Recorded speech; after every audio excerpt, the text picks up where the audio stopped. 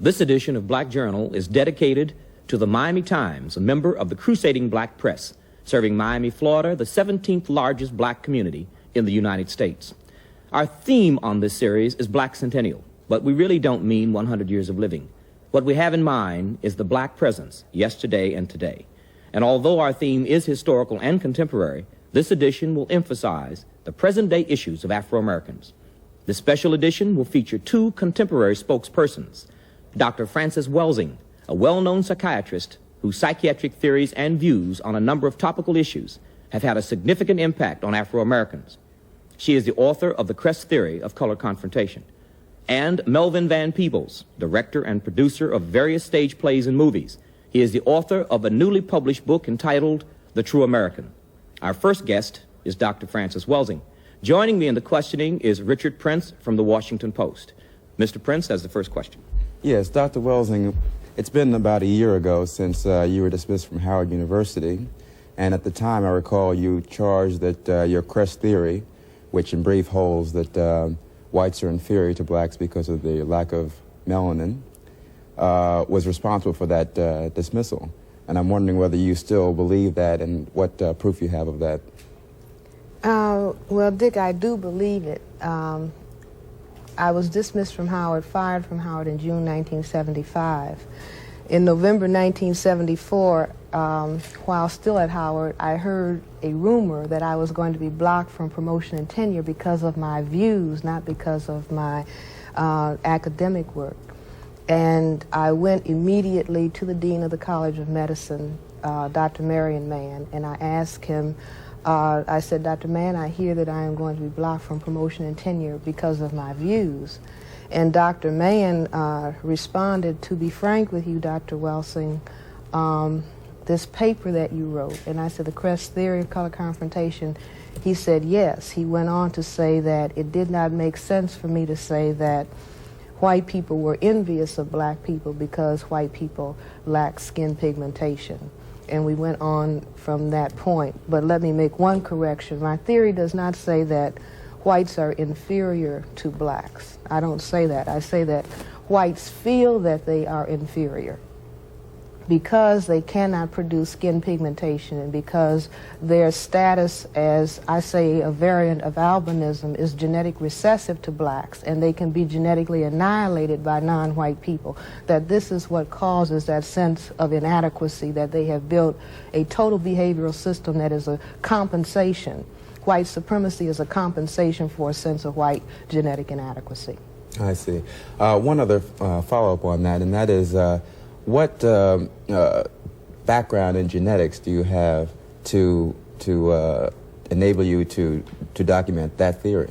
Well, I'm a medical doctor, and all medical doctors receive or take courses in genetics, and this is very, very basic genetics, and it not only is very basic genetics, this is common lay knowledge, and we hear it, the dominance, the genetic dominance of black over white is heard in the expression, one drop of black blood makes you black. In other words, if you were to relate to a white female, the product of that relationship would be an individual that is identifiable as what is called non-white. They would have something, I mean, the curliness of the hair, the darkness of the skin would make the child look more like you than like the mother. I see. Dr. Welsing, your theory to me seems to infer some innate behavior on the part of a human being because they are, quote, black or white. Would you agree or disagree that the terms black and white are not genetic definitions? And if they are not genetic definitions, then how could your theory be true? Well, wait a minute. When you say genetic definitions, I'm not quite sure what you say, but for the sake of time, the factors that determine whether we're going to have skin pigmentation or whether we lack skin pigmentation is based on genes. In other words, you have genes that determine the quantity of melanin pigment that is going to be produced in your skin, in your eyes, in your hair. If you have a gene, a mutation towards an inability to produce that pigment, that is also genetically determined. And that is at least within the context of the Western world, or the white supremacy culture, the dominant classification of people, not as determined by Cress Welsing, but as determined by white people themselves, is your classification. Either you are white or you are classified as non-white. This is on your birth certificate. This is on every paper of identification that you have. And this focus on skin coloration, I maintain, is based on the awareness on the people who are now in power, that they are a minority. The white group represents a minority in the world population. And the color focus is something that is a psychological, I say a psychological necessity based on a genetic reality. So I don't know if this gets to your question. Now, any other thing that one might say that results from the absence of pigment, I mean, that's another discussion. I don't know whether you want to go into that. Well, following that logic, then, would it not be accurate to say that there would be a difference psychologically in light-skinned blacks from dark-skinned blacks? Well, psychologically, yes, and I think that we are all aware of that. Under white supremacy, the conditioning has been the closer you are to white, the more acceptable you are. So that, for example, all of us learned as we were growing up in the black community, if you are black, stay back. If you are brown, stick around. If you are yellow, you're mellow, and if you're white, you're right. And the appreciation of an individual, even within the black group itself, was very often based on the relative absence of skin pigmentation. And even within families, children thought that they were ugly if they were darker. And families, parents have said that to children. Even now, people want to know when a baby is just born in the hospital, some of the first questions that are asked by the black parents about the child or the black family members, is it light skin and does it have straight hair? To know how much value we're going to put on this new baby. Because within the framework of the culture in which we live, the closer you are to white, the more you're considered beautiful, and perhaps under some circumstances, the more opportunities you will have. Well, Dr. Welsing, if it is true that you were dismissed from Howard because of your views on that subject, what would you say then of the implications for academic freedom at Howard University? Well, I say that, first of all, Howard University is a black university in name only. In other words, those who fund an institution within the framework of a political system, those who fund an institution determine what is going to be done within the framework of that institution. And so although Howard University is referred to as a black university and the majority of the student body is black and the majority of the faculty is black, still it is possible, I say it is possible, that those people who control the purse strings can say, we do not like such and such an ideology or philosophy that is coming out of this center. If this continues to come out, then we will not give you funds for building and we will not give you funds to continue the functioning of your center. Now you make your choice. Well, are you saying that this happened in your case, or was it simply the case of one dean saying this to you? I mean, well, let's put it this way. I can only suspect that it happened if you ask me to prove it, because I will say that the same funding forces or sources, if they say, well, we like very much what Dr. Welsing is doing. First of all, no one has been able to disprove what she's saying. That we think this is very interesting. I mean, whether the theory is correct or incorrect, it's a valuable idea to discuss, or it is being discussed a lot. We're glad to have that debate going on in an academic institution. We think that that individual ought to stay there. Then that individual would be there. What about the Board of Trustees and the President of the University? What have they said about what happened to you? Well, the Board of Trustees and the President of the University concurred in the decision to dismiss me, despite the fact that the chairman of my department and the executive committee in my department recommended that I be promoted and given tenure. Also, the Committee on Appointments and Promotions within the College of Medicine also recommended that I be promoted and given tenure. So what do you do now, then? What is your next step?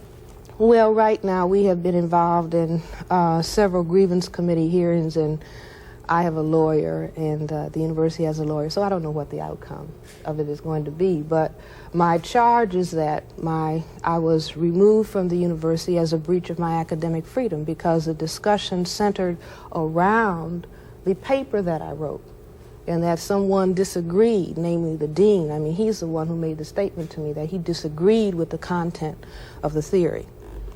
although I told him I had many documents. I have many, many letters from white people in this area of the world and in foreign countries who have written to me and said, yes, I have always wished that I had more melanin.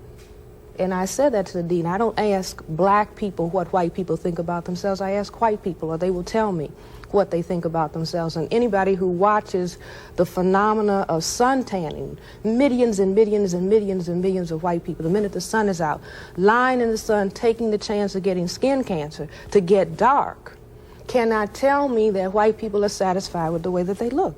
Dr. Welsing, you've charged, in a sense, that the climate of academic freedom at Howard University is threatened. The Washington Post has said in an editorial that the leadership of Howard University was wavering. Therefore, it was not stable, and Howard really didn't have a definite sense of mission. Now, do you feel, in the context of those two statements, that the era of academic freedom or the climate of academic freedom at Howard includes whites who teach there, or do you feel it's basically relegated to the blacks who have theories, quote, that might be controversial or unacceptable? Well, Tony, I don't want to get off into comparing whether it applies to whites or whether it applies to blacks, you know, whether whites can say what they want at Howard and whether blacks cannot.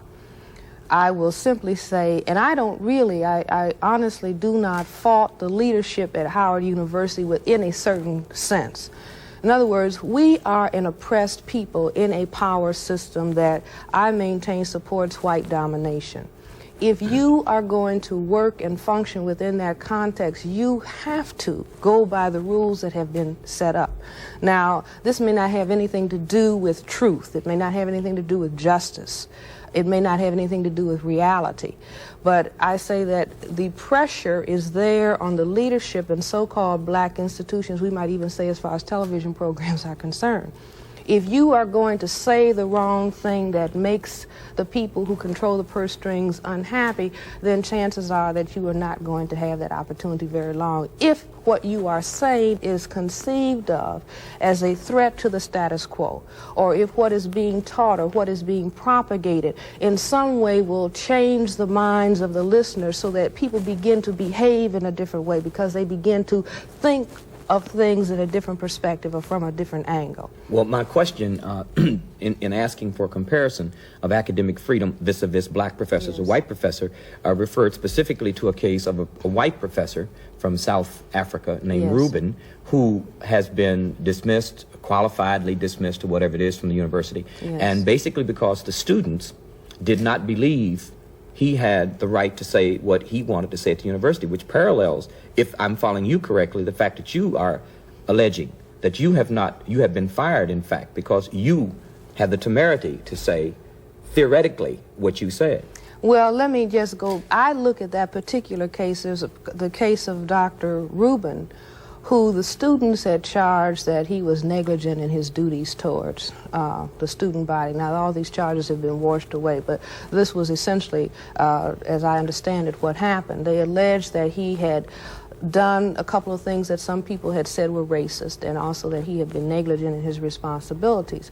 Well, when that happened, all of the newspapers that are white-owned and supported went to his defense. How dare Howard University remove this individual who was an anti-apartheid, meaning an anti-white supremacy, anti-racist, took an anti-racist position in South Africa, that this man has, in quotes, demonstrated his interest in black people or non-white people. Now, I just look at that case in this way.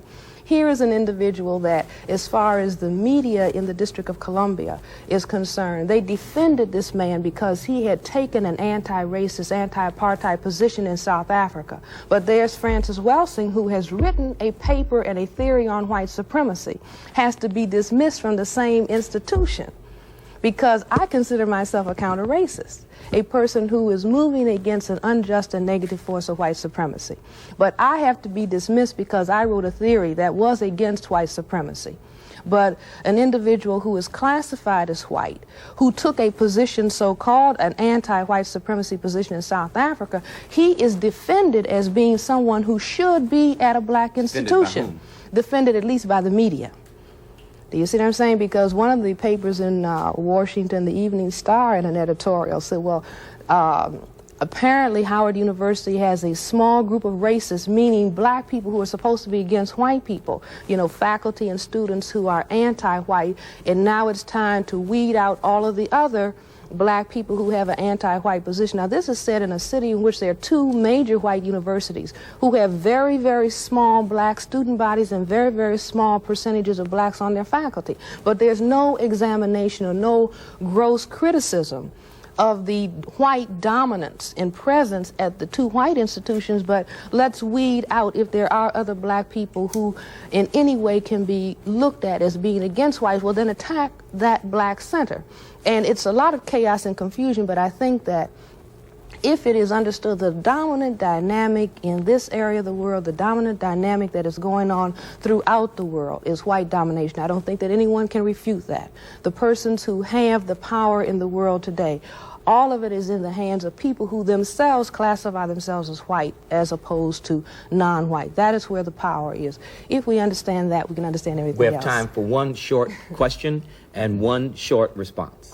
Oh, I see. Well, this was going to be longer, but anyhow, you said that the operating dynamic is racism, in essence. White supremacy. White supremacy. Yes. Do you make any allowances for economic domination or any class differences? Okay, very, very quickly. The system of white supremacy is a dynamic that encompasses all areas of people activity. That means economics, education, entertainment, labor law, politics, religion, sex, and war. You have a behavioral system that is in all of those areas of activity seeking to establish white supremacy. I say that the class positions in that society are white upper class, white middle class, white lower class, and then non-white non-class, irrespective of income. Income is not power. Thank you very much. I'm Okay. sorry to have to interrupt, but we'll have to thank you so much, Dr. Welsing, for being on Black Journal. Okay.